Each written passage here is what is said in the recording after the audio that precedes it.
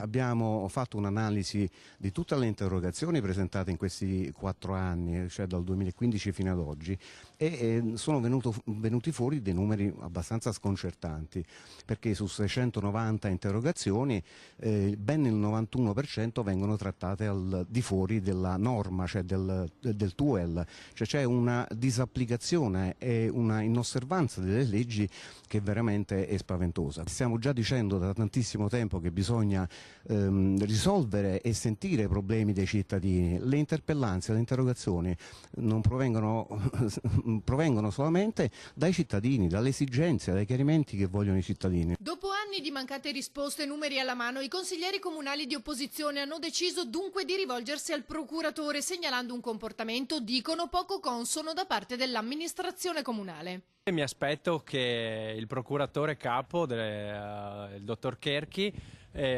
si attivi come ha fatto finora con tutti gli altri esposti e che quindi indaghi su queste condotte appunto al limite del lecito che sta ponendo in essere l'amministrazione Brugnaro. Di solito si dice che sono i consiglieri comunali di opposizione che fanno ostruzionismo.